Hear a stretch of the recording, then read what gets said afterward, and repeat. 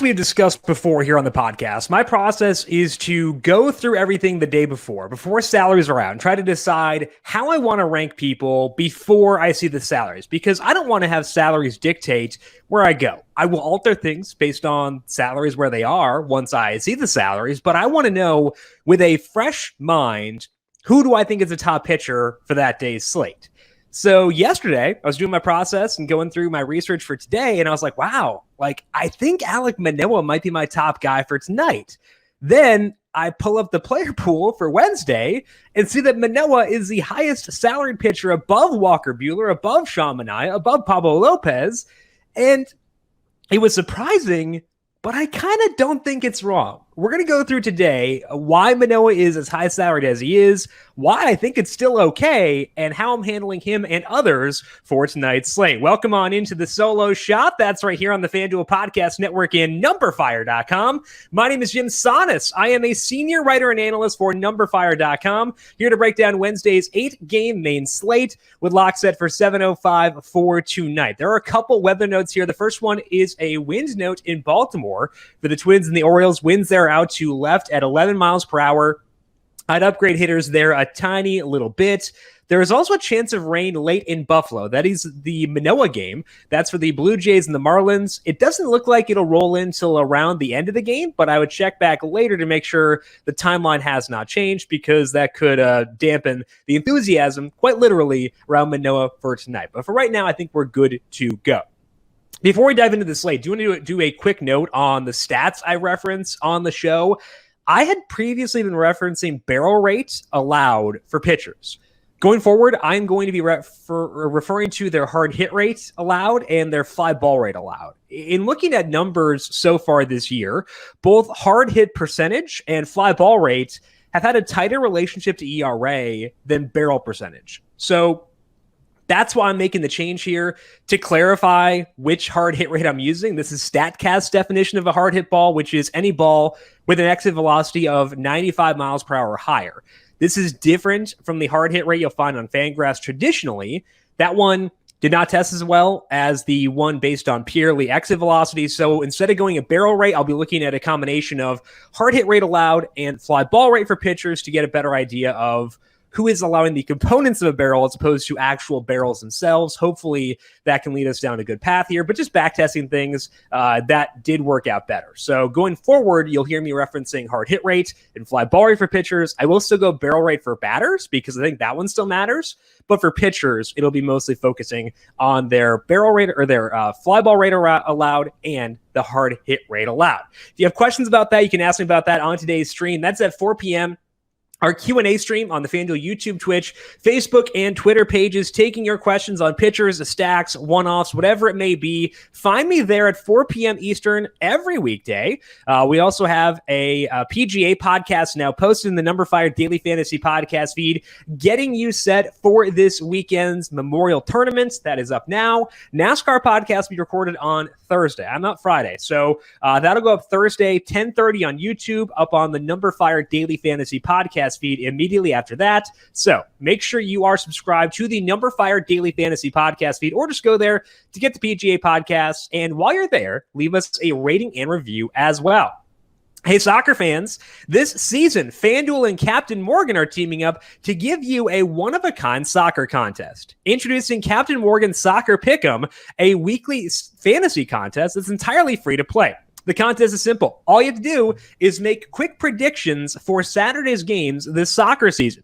You'll earn points for each correct pick and compete for a chance to win up to $3,000 in prizes every single week. Head over to FanDuel and enter the Captain Morgan Soccer Pick'em today. Must be 21 plus to participate. For more details, visit FanDuel.com or download the FanDuel Fantasy app. Eligibility restrictions apply, and don't forget to make your game day more delicious and sub in the captain.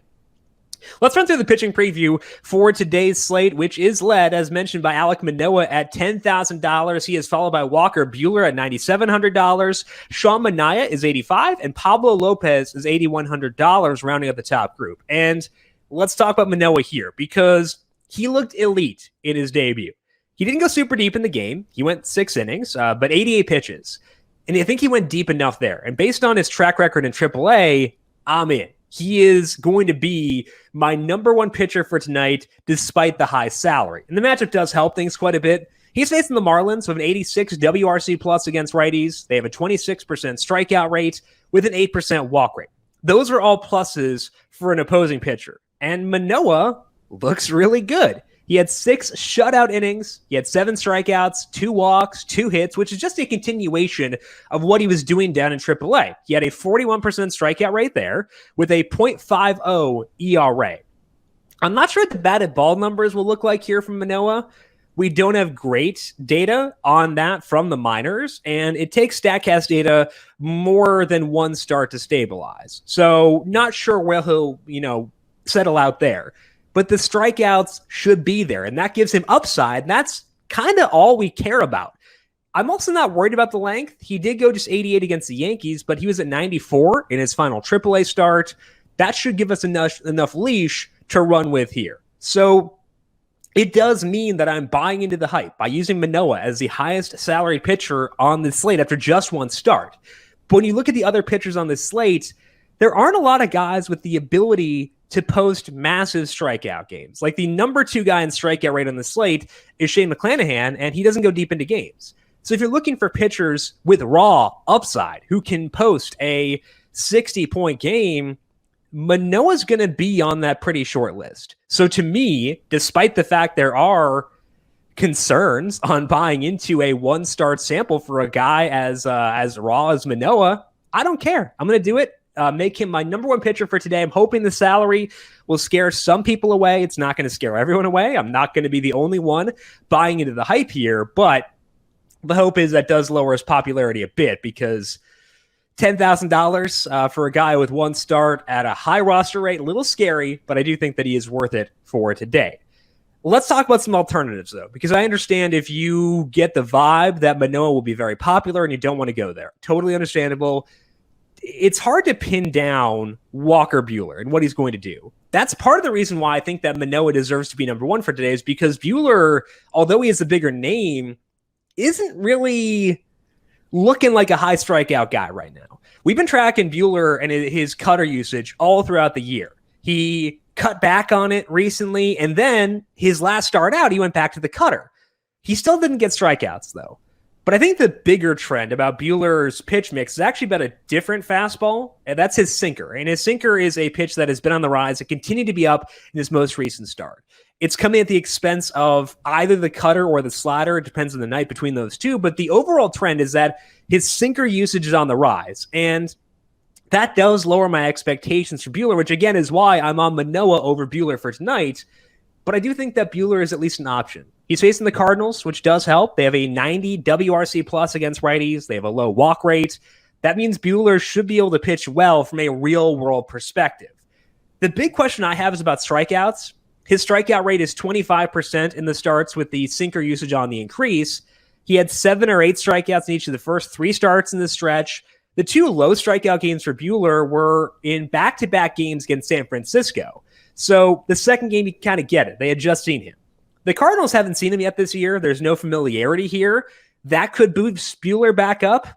I can't feel super confident in Buehler. And I hope that is coming through in the way I'm talking about him. That's why, again, I have Manoah ranked higher, but there is still value in being good overall, especially on this slate where there aren't a ton of strikeouts to be had, and Buehler should be a good real-world pitcher for tonight.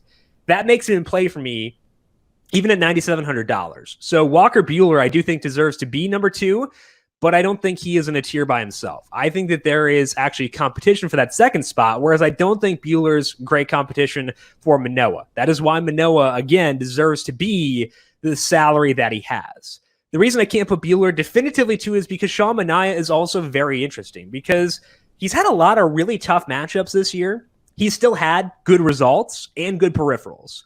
But tonight, he gets to face the Mariners.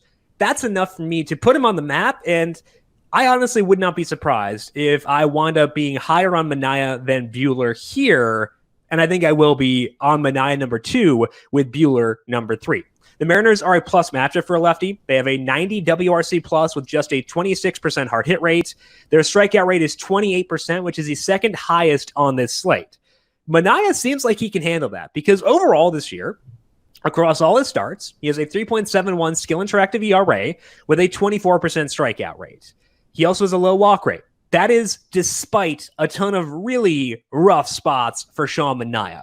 He has faced the Astros 3 times. They have a 17% strikeout rate against lefties. He has faced Boston once and LA twice. That means 5 of the 11 starts for Manaea have come against teams ranked inside the top 4 in strikeout rate against lefties. That's disgusting. That's almost half his starts against top 4 teams in strikeout rate. The Mariners ranked 26th. If we look at the other games that Manaea's had against high strikeout teams, he's had 7, 6, and 10 strikeouts. I think that bodes really well for his ceiling for tonight. So again, I think I'm going to go Manaea number 2 over Walker Buehler, because there are some spots where I do want to spend up at hitter for today. Manaea better allows me to do so. He's 85, whereas Buehler's 97. I think that savings is enough where I will say Manaea's my number 2, but he is still behind Manoah for tonight. So my pitcher rankings for this slate: Manoah 1, Manaea 2, Buehler 3. I do think it falls off quite a bit after those 3. So to me, I think you kind of stick to those 3 and distribute your exposure between that trio. Let's talk about stacks, because yesterday I was lowish on Coors. It was in part due to the offenses, but it was also due to the batted ball suppression skills of the 2 starters. Today, we get the Rangers in a better matchup, and that's going to put me on them. We'll talk about the Rockies in things to watch. But the Rangers here are facing Antonio Senzatela. He doesn't let up a ton of fly balls, but that's kind of the only flaw in stacking against him. Across 10 starts this year, Senzatela has a 14% strikeout rate with a 7% walk rate. He allows a ton of balls in play. About 79% of the time, there's a ball in play against him. 43% of those balls in play have been hard hit. Now, again, it's a new stat that I have not been referencing. So for reference, league average hard hit rate is 39.4%. League average fly ball rate is 35.8%. So he's above average from a hard hit rate perspective. I think that Senzatela realizes that's not working, because he's been shifting more towards his four-seam fastball recently, which is something he did last year. He threw a lot of four-seamers last year, and you might be trying to get back where he was in that year. But the numbers in this time are still stackable numbers. The strikeout rate is up a bit to 15%, but the hard hit rate is up to 46%. The fly ball rate is 30%. So whether Senzatela sticks with his recent plan or goes back to what he was doing earlier in the year, we can still stack against it. The Rangers, decent offense against righties, a 94 WRC plus, so below average, but not Rockies bad. We don't have to worry as much about stacking them as we do the Rockies. That makes me feel comfortable with going at them here and targeting Senzatela. Senzatela's batted ball numbers this year are worse against righties than lefties, which was also true last year. So I'm not saying don't use the lefties, but I would say it is a bump up for the righties, like Adolis Garcia and Nick Solak, relative to where they would usually be versus a righty. So bump Garcia and Solak up, feel good about them, and then be okay with the lefties still, despite the fact Senzatela has better batted ball numbers against them. My number 2 stack is one I'm guessing I'll be higher on than consensus, just based on looking at implied totals for today. The Nationals don't grade out super well there, but a couple things are in their favor here today. The first one is they get a bump up against lefties, because a lot of their secondary bats are right-handed bats. That boosts the depth of this team when they're facing a lefty. And Juan Soto, you're not going to sweat a lefty-lefty matchup there. So I prefer the Nationals versus lefties, and they get one tonight in Drew Smyly. Smyly checks all the boxes we're looking for in a retooled approach from a stacking perspective here, because he has a 20% strikeout rate with an 8% walk rate. So he's letting up enough balls in play. 49% of those are hard hits, and 46% are in the air. Both those marks are well above average. The strikeout rate for Smyly is below average. It's a situation that you honestly, I feel like with our retooled approach, you couldn't cook up a better combination for stacking. It's why Smiley's ERA is 5.95. He let up 7 runs against the Red Sox, 5 earned runs in 3 other starts this year. So to me, despite the fact the Nationals have a low implied total, they're underdogs in this game. We'll talk about why in a bit. I still think they are a no-brainer stack for today, even on a decent slate for stacking. So to me, the Nationals deserve to be in the discussion despite a low to middling team total. Two of the non-superstars who get big boosts against lefties are Josh Harrison and Yan Gomes. Harrison has had good power numbers against lefties for the past 5 years now. He rarely strikes out. Gomes, pretty similar, where he has good long-term power against lefties. The Harrison's $2,800. Gomes is $2,200. I am very willing to use both those guys, especially if using them allows me to get to Turner and Soto. Again, don't worry lefty for Soto. I probably don't need to tell you that. You probably know that, but just to be clear, Turner and Soto still very worth it against lefty. Obviously, Turner gets power boost there as well. So Nationals number 2 for me, despite the low total. Third has to be the Minnesota Twins. They're facing Matt Harvey, and Harvey had some interesting peripherals early in the year. Those interesting peripherals have regressed, and the results have shockingly stayed rough, which bodes well for the Twins tonight. Harvey has been trying to curtail some of the issues he has had. He's using a sinker more often over his past 8 starts, and that's put his batted ball stats right about in line with the league average. The problem is that he has to be better than league average because he has just an 18% strikeout rate this year with an 8% walk rate in that time with the increased sinker usage, which means a ton of balls in play. That's fine if you're someone like Marcus Stroman, who just kills worms all the time, but Harvey doesn't do that. His 35% fly ball rate is about league average, so he needs movement one way or another. Needs either fewer balls in play or fewer fly balls. Until he gets there, we should stack against him, and I think that's especially true against a competent team like the Twins. They've had a lot of injuries. They just lost Mitch Garver last night. No Byron Buxton, obviously. No Max Kepler, but active roster has a 107 WRC plus against righties. They have a lot of hard contact, and they draw some walks. So I think that stacks up pretty well. There is wind blowing out for tonight, too. So if we were on a normal slate, the Twins might be the top stack because, like the Twins against Harvey in Baltimore, I think that grades out pretty well, but it's a good night for stacking. They're a very healthy third option for tonight, and one I do feel very good about.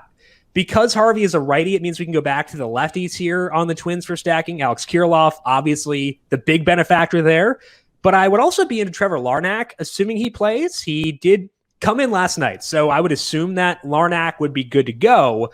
He's $2,500, good value play to help you spend up at Coors Field or Turner and Soto. So I think that Larnach and Kirilloff, the youngsters, both guys I like a lot for the Twins for tonight.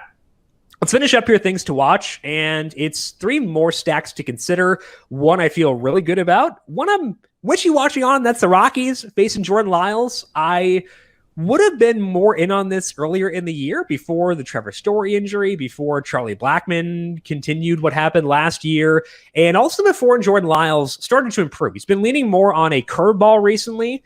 That's lowered the fly ball rate against him to 32%. His strikeout rate is up to 23%. That's enough to be worrisome for the Rockies because they're really bad. So I think they're fine, but I think they're a secondary option and well behind the top 3 for tonight, but also behind the Braves. Let's talk about them. This is the reason why the Nationals are underdogs for tonight, is that the Braves are also in a pretty good spot. They're facing John Lester. He is having the same issues he had last year where he's not getting enough strikeouts. He hasn't let up a lot of barrels, but he's letting up, again, the pillars for barrels with hard contact and fly balls, and that means the barrels will probably come.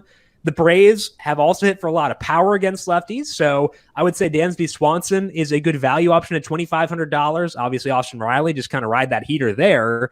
Also, Abraham Almonte might hit in the middle of the order at $2,000. He was swinging a pretty good stick in AAA, so I could be down for him too if you need to save some salary, which again, we probably will if you're going from Manoah and trying to stack the Rangers for tonight. So check out Swanson, check out Almonte. They might be options for you here. Finally, I would be okay going at the A's against Chris Flexen, mostly for one-offs versus stacks. Flexen has done a good job with keeping things in check so far this year, but he has some weird reverse splits where he has a much lower strikeout rate against righties, and he also allows a bit more hard contact and a bit more fly balls. The A's do have righties here. I don't want to go with a full stack because losing Roman Laureano does hurt them quite a bit.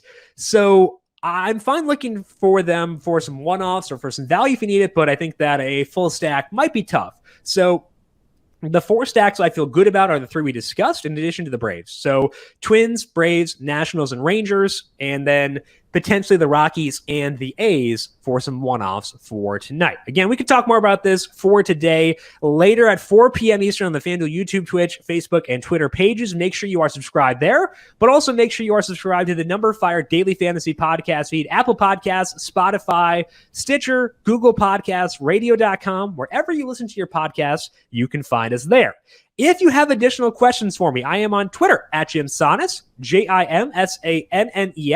You can also follow the FanDuel Podcast Network at FanDuel Podcast. Big thank you to Calvin Theobald, our video producer, for setting up the video broadcast for today. Thank you, Cal, as always. And thank you to everyone for tuning in. Good luck to you for tonight. Let us hope we don't regret. Alek Manoah is our top guy off of one good start. But we'll see. Feeling pretty good about it. We'll talk about that more later on. This has been the Solo Shot right here on the FanDuel Podcast Network.